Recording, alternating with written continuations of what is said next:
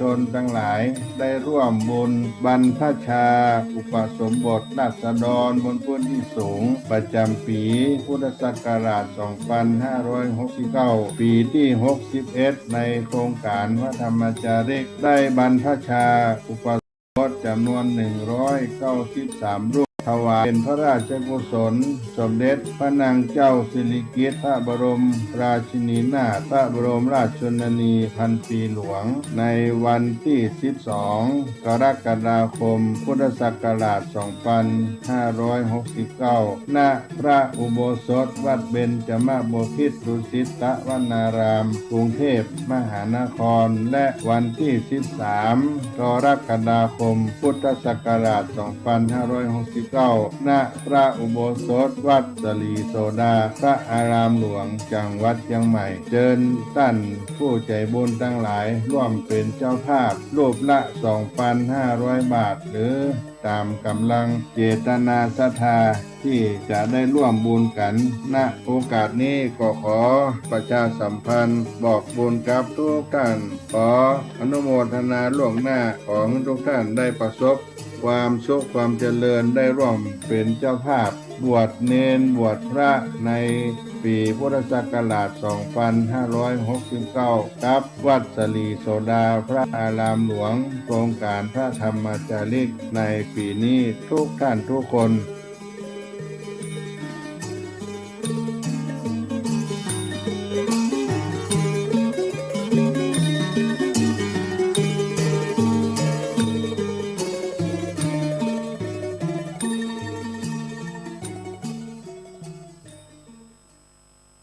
ขอความงอกงามในธรรม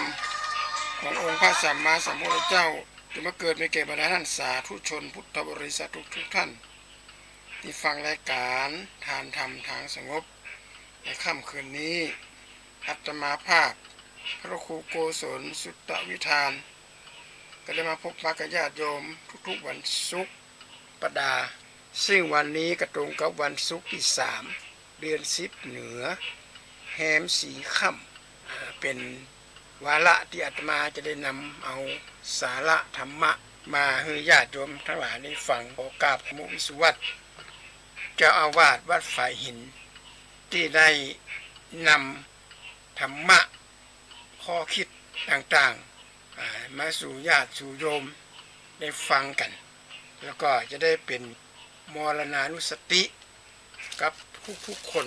นึกถึงสิ่งที่มันเกิดขึ้นตั้งอยู่แล้วก็ดับไปเราจะได้ดำเนินชีวิตแบบประมาทเพราะการดำเนินชีวิตแบบประมาทตอนแรกก็เกิดการความเคยชินจากความเคยชินก็เป็นความประมาทจากความประมาทก็เป็นบ่อเกิดแห่งความตาย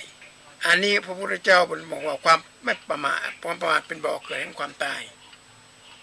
ญาติโยมสาธุชนทั้งหลายแต่ว่าข่าวเศร้าสลดใจพระสงฆ์พระธุดงค์กำลังจะไปธุดงค์ในป่า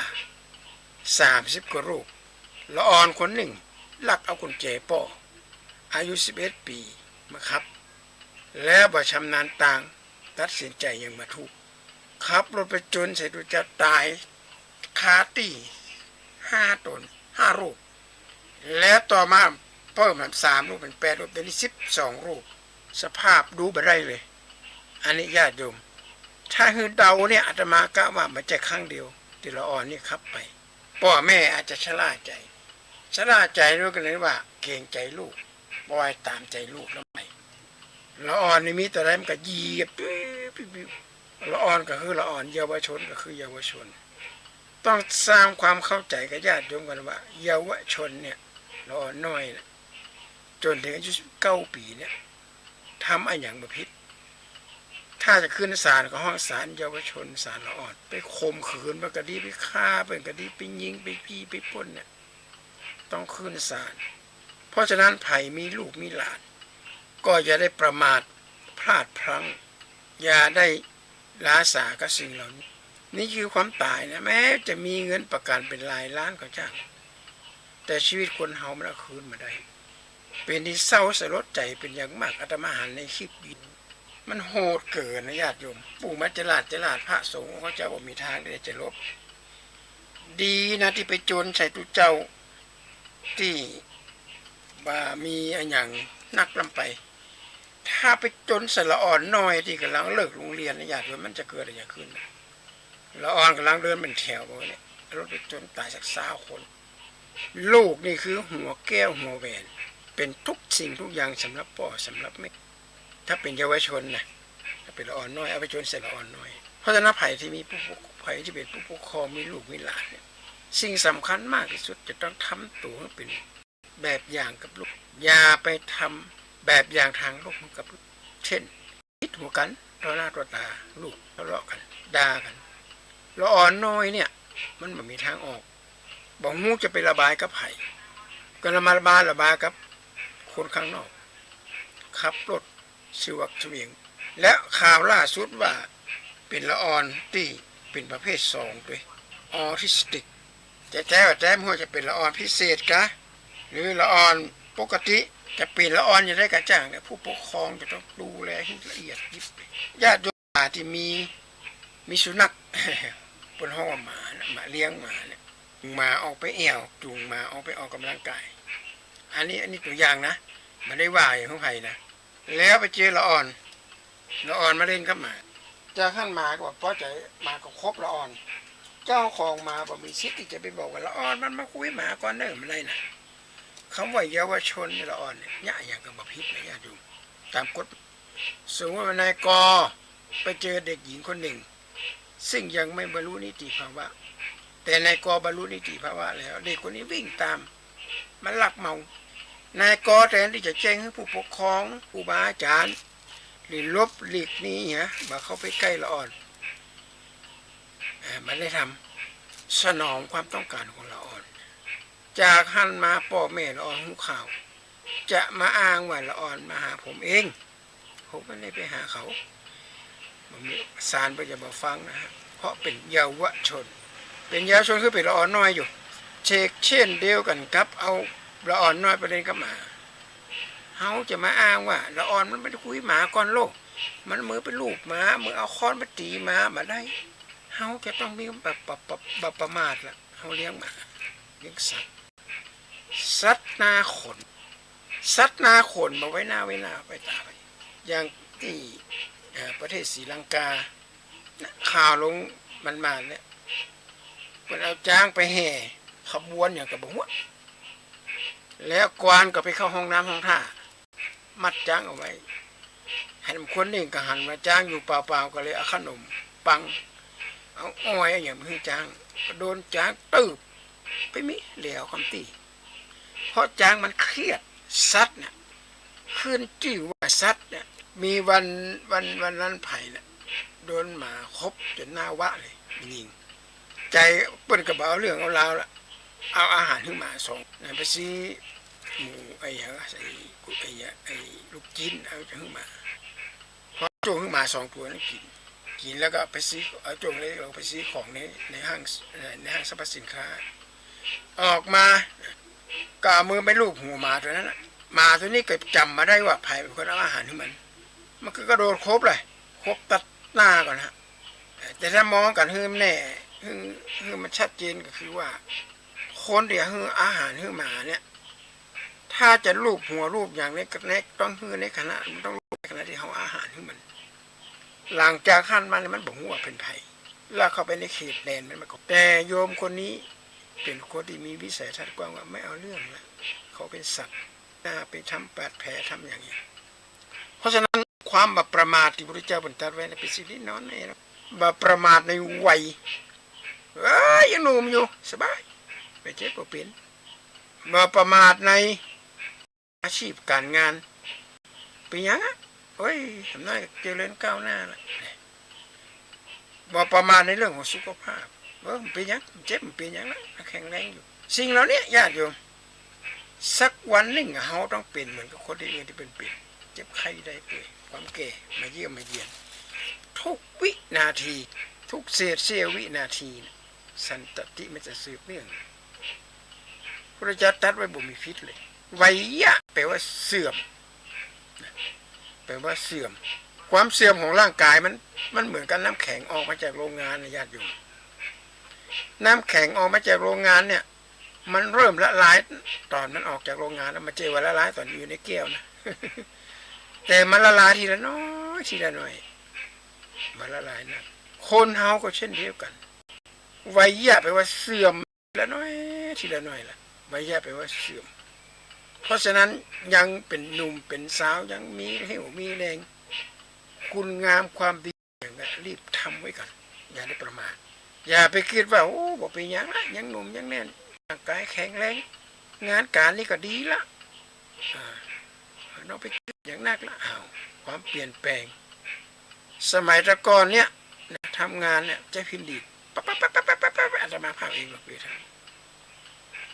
ต่อมาล่ะมีคอมพิวเตอร์ประเด็นนี้พิมพ์ดีทำพิมพ์อะไรล่ะมันล้าสมัยไปแล้วแล้วมันจะพัฒนาขึ้นไปเรื่อยๆเลยหน้าที่การงานก็เช่นเดียวกันญาติโยมไม่ได้อยู่นิ่งนะสมัยโบราณนี่ยังก้อยเป็นก้อยไปแต่ก่อนบัดเดี๋ยวนี้มันคอมพิวเตอร์นี่เหมือนกับว่าจะอัปเดตไปทุกวันนะไม่จะอัปเดตไปตลอดตัวแทบจะบัดตันยิ่งมีการศึกษาเรื่องเกี่ยวกับนวัตกรรม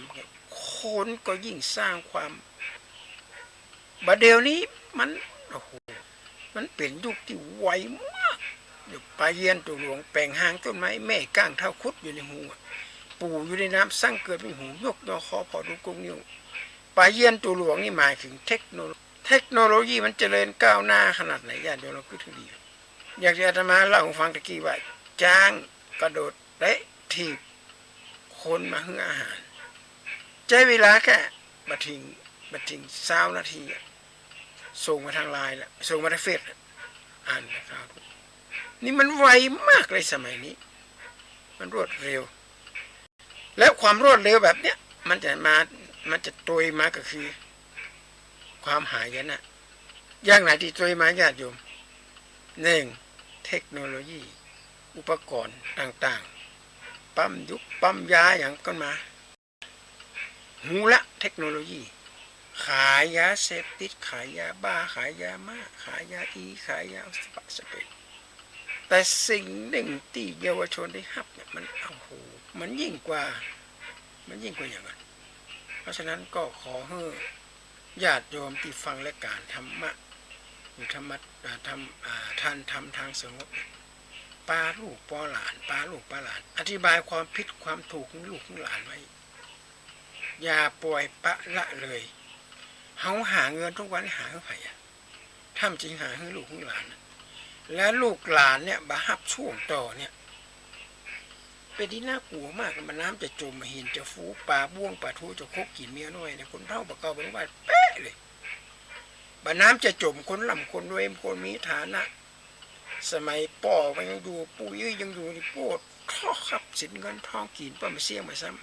ำพอมาถึงลูกหลานแล้วมด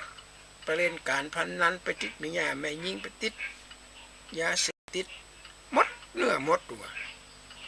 สมบัติพระสถานที่พ่อแม่หาไว้หมดหรือหมดเรื่องน่ะจมไปละปรุบาทมาน้ำจะจบบะหินจะฟูนี่หมายถึงคนตุกคนจนคนดีไปอยู่ในสายตาของไผ่จะกลับมามั่งมีสีสุขมีเงินมีทองเอาแล้วเนี่ยเกิดขึ้นมาละนะคนมีความรู้จะกินบ้านกินเมืองเนี่ยมันตรงแต่นะญาติโยมคนมีความรู้จะกินบ้านกินเมืองคนนุ่งเหลืองห่มเหลืองจะเปลี่ยนปีสีอื่น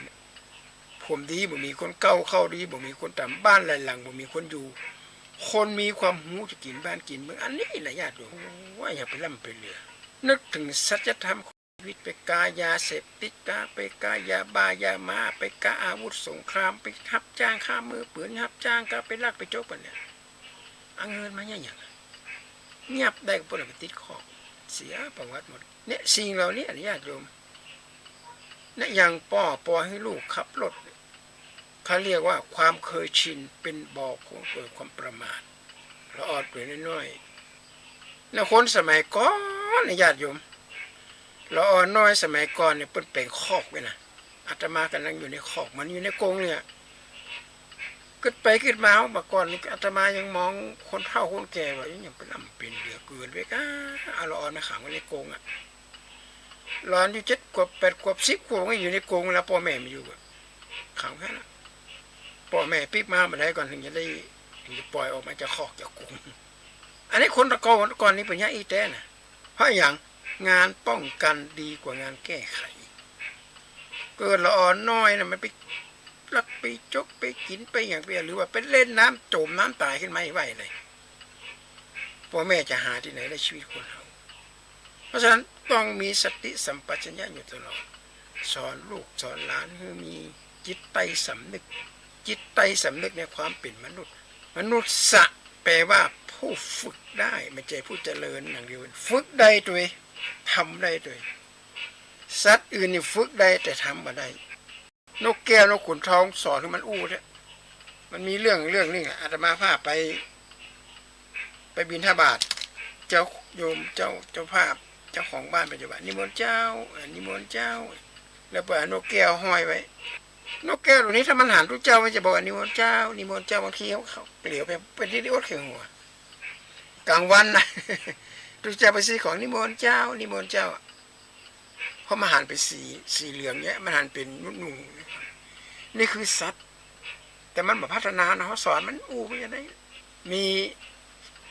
วัดหนึ่งมีสะพานมันมาใครใส่มันมาใครแม่นมันคงอ่ะขัวเจ้าของนกเอี้ยงน่ะนกเอี้ยงมาเลี้ยงแล้วก็เปิดเทปไว้กล้วยๆนะกล้วยเตียวนะกล้วยเตียวนะอาตมาภาพก็มันปิ่นไผ่มันเสียงคนนี่จะเตี้ยก็เอามากล้วยเตียวนะกล้วยเตียวผีก็ได้นะเพราะโอ้นกขุนทองเลยถามเจ้าของว่าสอนนะครับเอาเทปอัดเอาไว้ทุกคนที่จะเตียวข้ามขัวเนี่ยนกขุนทองจะบอกว่ากล้วยนะกล้วยนะมันก็สอนมันก็ดึกยะนกแก้วขุนทองนกขุนทองมันพัฒนายักษ์มันต่างกับมนุษย์เราตอนเป็นละอ่อนน้อยพ่อแม่สอนไหว้พระนะพ่อนะค่ะแม่นะก็อู้กล้วยอู้ไปมันสามารถสื่อสารกับพ่อกับแม่เลยว่าพัฒนาขึ้นคือมนุษย์เนี่ยเป็นผู้ฝึกได้ด้วยนะสัตว์อื่นมันฝึกไปก็ได้นะมันไม่สามารถที่จะพัฒนาอย่างเพราะมันใจชีวิตแบบสัญชาตญาณอินสติ้งแต่มนุษย์เราเป็น emotion code คือมีคุณธรรมเขามีคุณธรรมหรอกหัวจิตใจสำนึกอันนั้นป่ออันแม่อันนั้นปีอันนั้นน้องแต่ถ้ามนุษย์เขาไม่ได้รับการอบรมไม่ได้รับการเสี่ยมสอดเขาไม่ได้ทางจากสัตว์และญาติอยู่ทุกวันนี้เขายังเหนือกว่าสัตว์กันนะยังต่ำกว่าสัตว์บางชนิดสัตว์บางชนิดเป็นยังมีสัญชาตญาณในการตอบแทนเจ้าหมาบางพันธุ์น่ะสายพันธุ์น่ะจะนั่งเฝ้าประตูอยู่ทั้งวันจนกว่าเจ้านายจะเข้ามาแปลกหน้าเข้ามามันก็จะไล่คบไล่เห่าเจ้านายเคียนอะไรด่าเตี๋ยมันถึงมาตัวตอบอันนี้เป็นสัญชาตญาณของสัตว์ที่มันซื่อสัตย์บางสายพันธุ์ก่อนนะมันจะมาทุกกลัวเหมือนกันนะมาบางกลัวก็บางใครเอาเรื่องเอาเล่าเหมือนกันนะอันนี้เป็นเรื่องของสัตว์แต่คนเฮาเนี่ยญาติโยม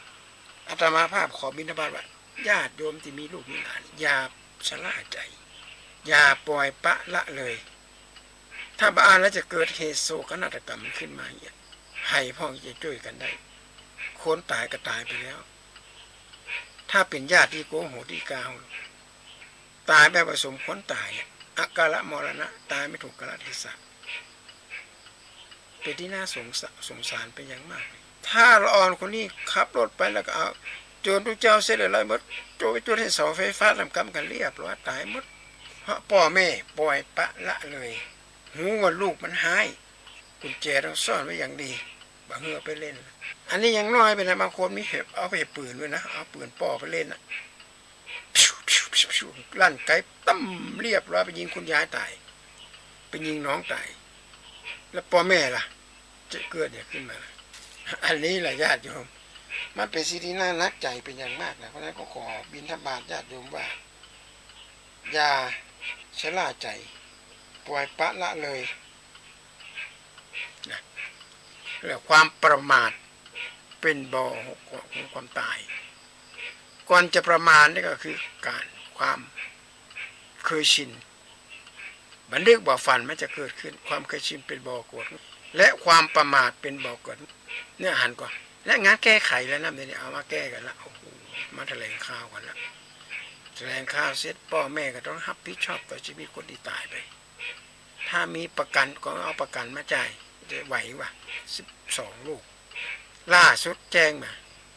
อันนี้เพิ่งเป็นนิ่งเฮานึกถึงมรณานุสติบันทึกความฝันว่ามันเหตุการณ์นี้มันจะถ้ามองในแง่ของสัจธรรมเช้าสายบ่ายเย็นกลางคืนบอกหูว่าเขาจะตายวันไหนบอกหูว่าเขาจะไปวันไหนแต่สิ่งสำคัญมากที่สุดก็คือมีเหื่อมีแหงมีสุขภาพร่างกายสมบูรณ์รีบสร้างสมคุณงามความดีเอาไว้เข้าวัดในขณะที่ยังมีเหี้ยเลี้ยวมีแรงอย่าไปเข้าวัดตอนที่มันหามเข้าไป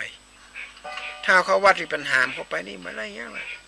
ไม่ได้ฟังแต่ส่วนนี้สวดมนต์ในขณะที่ยังมีชีวิตจะไปคนอื่นมาสวดที่คนอื่นมาสวดที่กับบอกหูยังนะชีวิตคนเรามันกระตึกเอียดนี่คือสัจธรรมของชีวิตญาติโยมสาธุชนทั้งหลายขอฝากเป็นข้อคิดไว้และวันนี้อาตมาภาพพระครูโกศลสุตตวิสารท่านด็อกเตอร์ผู้ช่วยเจ้าอาวาสวัดพระศรีวรมหาวิหารก็ต้องจากญาติจากโยมไปก่อนในวันศุกร์หน้าซึ่งตรงกับวันที่10 เดือนกรกฎาคมจะได้มาพบปะกับญาติโยมครั้งหนึ่งวันนี้ก็ขอจากญาติจากโยมไปก่อนเลยขอความสุขความเจริญจะมีแก่รักษาทุกชนทุกท่านขอ